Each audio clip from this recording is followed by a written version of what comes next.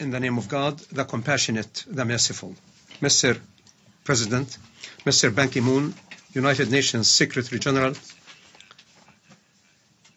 ladies and gentlemen, heads of delegations, members of the General Assembly, esteemed audience, peace be upon all of you. A year ago, I stood here as there was large areas of Iraq's territory was occupied by the terrorist organization Daesh, ISIL. Today, we stand again at the same place to declare before you that Iraq is being liberated and that Iraqis have been able to liberate most of their land and towns thanks to their unity and determination. Today, we are heading towards liberating Nineveh, the last province controlled by ISIL, Daesh. We have recovered major areas of that province and we will complete its liberation by the end of this year. And let me tell you that today our heroic forces liberated the cities of Sharqa and other areas neighboring it, which are major towns, which is a testimony to great confidence and capabilities of our forces, and that enjoys the full support of the local residents. I salute all these valor soldiers who are working to liberate parts of Iraq from ISIL. Mr. President, we have declared 2016 a year for liberation and victory. Our fundamental goal was to liberate our people before the land and to save civilians from ISIL, which ruined all aspects of life and destroyed archaeological monuments of the ancient civilization of Mesopotamia. With the help of our friends in the international community, we started to implement programs for return of internally displaced persons to their liberated areas. We developed a comprehensive program to recover stability and provide services in these areas, particularly water, electricity, schools, and hospitals. We call upon the international community to provide further support to our program to provide shelter for the IDPs, especially as the battle to fully liberate Nineveh and as the number of displaced persons is expected to rise. While we thank all those who stood beside our people to overcome the economic and security challenges, we look forward to further support and collaboration. Here, we would like to commend the United Nations system for providing humanitarian assistance to the people of Iraq and in addressing the issue of IDPs. We applaud support extended by the states of the international coalition to tackle terrorism, as well as friendly countries. We praise the World Bank, the International Monetary Fund, and other international organizations for shoring up plans and efforts of the Iraqi government to reform the Iraqi economy, overcome the financial crisis, as well as to fight corruption in all its forms. We highly appreciate the constructive position of the G7 states and thank to the donors conference recently held in Washington, D.C. In the field of economic and financial reforms, the government of Iraq has implemented an ambitious program of reform to reduce government expenditure despite the challenges and necessities of spending to sustain the war against terrorism. Furthermore, the government of Iraq has initiated the restructuring of many state institutions as part of administrative reforms and has prioritized citizen services, streamlining procedures, removing many obstacles and simplifying the procedures to deal with the affairs of citizens and removing the obstacles in front of investment. The government has strengthened the ways for partnership with the private sector. We have attained good measure of success in this regard. As for fighting corruption, we have signed a memorandum of understanding with the United Nations Development Programme to benefit from international expertise to aid Iraq in building capacity to fight the problem of corruption. And the last few weeks, We have seen practical steps in this regard, and we look forward for more progress in fighting terrorism and bringing violators to justice. We look forward to the day when Iraq and the whole region is free of the criminalities of ISIL. Nevertheless, our delight would come true only when the whole world becomes free from terrorism that threatens our peoples and nations. This requires serious collaboration to contain terrorism, dry out its ideological and financial resources, and demolish its networks and recruitment hubs, which are all over the world. Without such cooperation, terrorism would reach everywhere, and refugees fleeing conflict areas would increase in numbers, which has already reached serious and unprecedented levels. We assure you, ladies and gentlemen, that ISIL is literally a true enemy of Muslims rather than other convictions. They have murdered thousands of Muslims and caused destruction and moved its evil to many Arab and Islamic states, and it has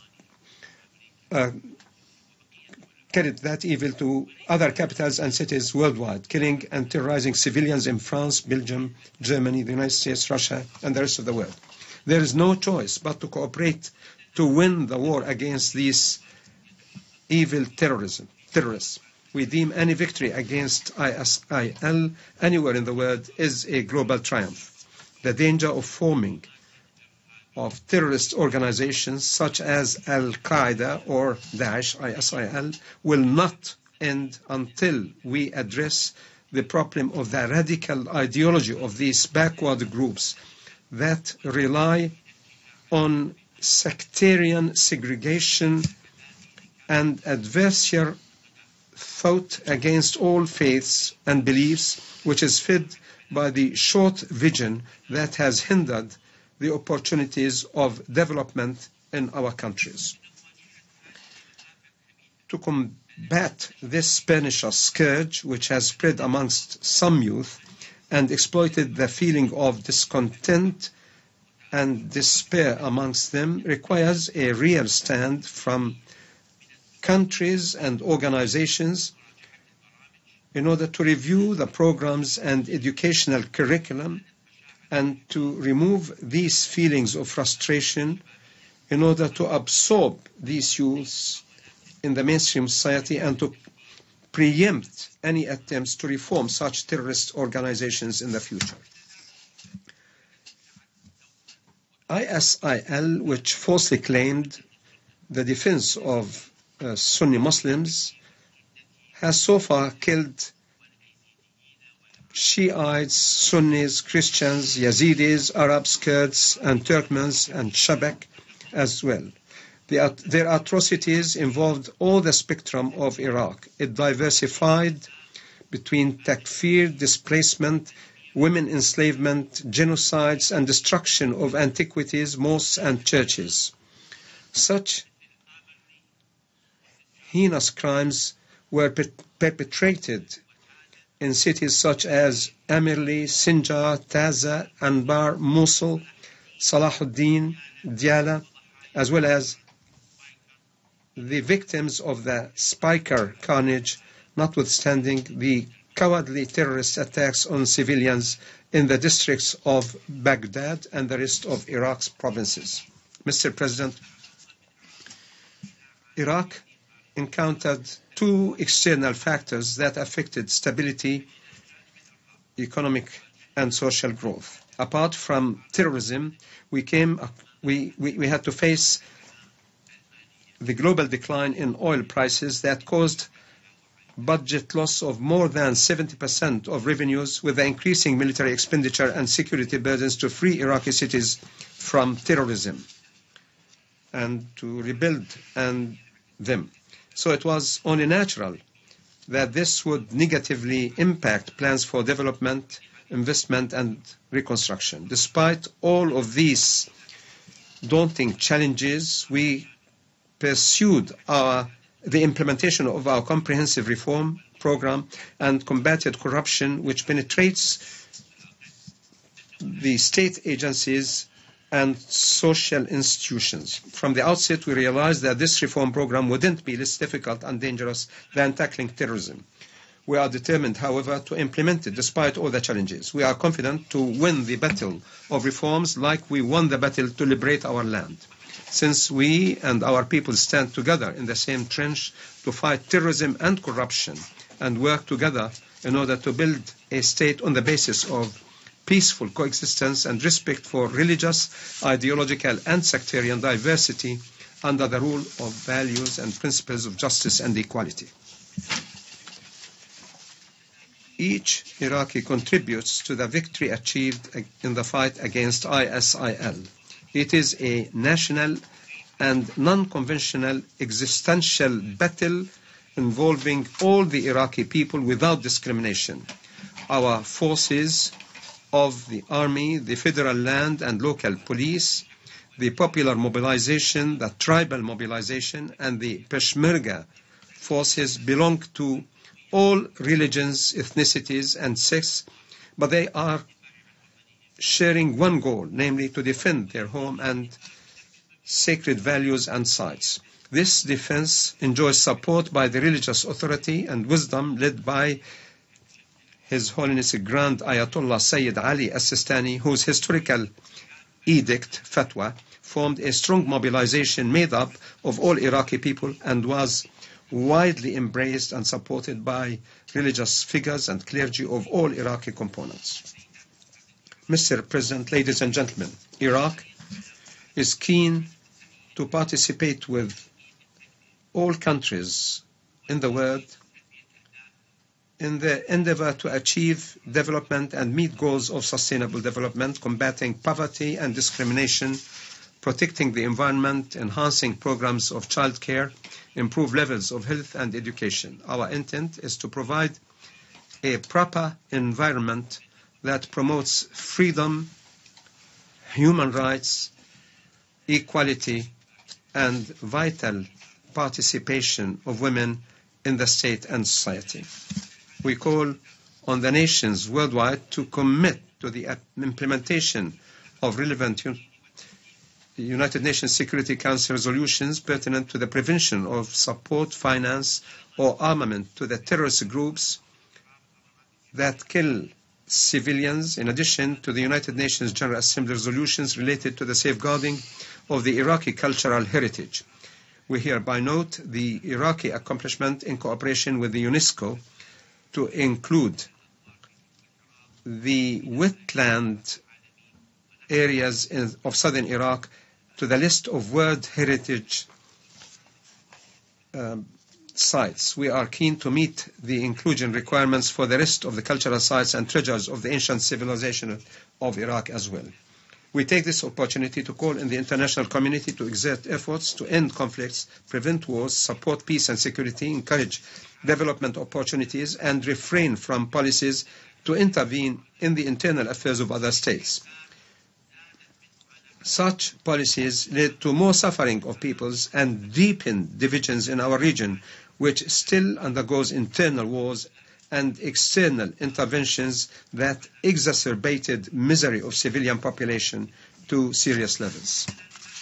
We appeal to the international community to maintain and pay due respect for Iraq's sovereignty and demand our neighbor Turkey to withdraw its forces from Iraq's territory where the existence of such forces, despite the rejection by the Iraqis of their presence, hinders our efforts to liberate Nineveh, Mosul. The Iraqi government works hard to attain peaceful coexistence among the Iraqi people, components, and deals with all citizens equally based on good citizenship, on equal basis regardless of their religion, sect, ethnicity, and components. We renew our gratitude to the United Nations Organization and our friends for their supporting position with Iraq and the Iraqi people, all through varied humanitarian programs to care for the displaced and refugees. Furthermore, we extend our thanks for the support of the Iraqi government's efforts in attaining security and stability, achieving reforms and economic development that our people aspire to. Mr. President, we extend to you our congratulations on your election as President of the Security Council of the General Assembly 71st session. And we thank Mr. Laftov for his presidency of the 70th session of the General Assembly. We also extend our warm congratulations to His Excellency Secretary General Mr. Ban Ki-moon for the conclusion of his term of office at the end of this year, and we pay tribute for his good stewardship of the United Nations. We visited Iraq many times in Iraq, and we thank him for support of development plans of Iraq. Peace, mercy, and blessings of Allah be upon all of you. On behalf of the General Assembly, I wish to thank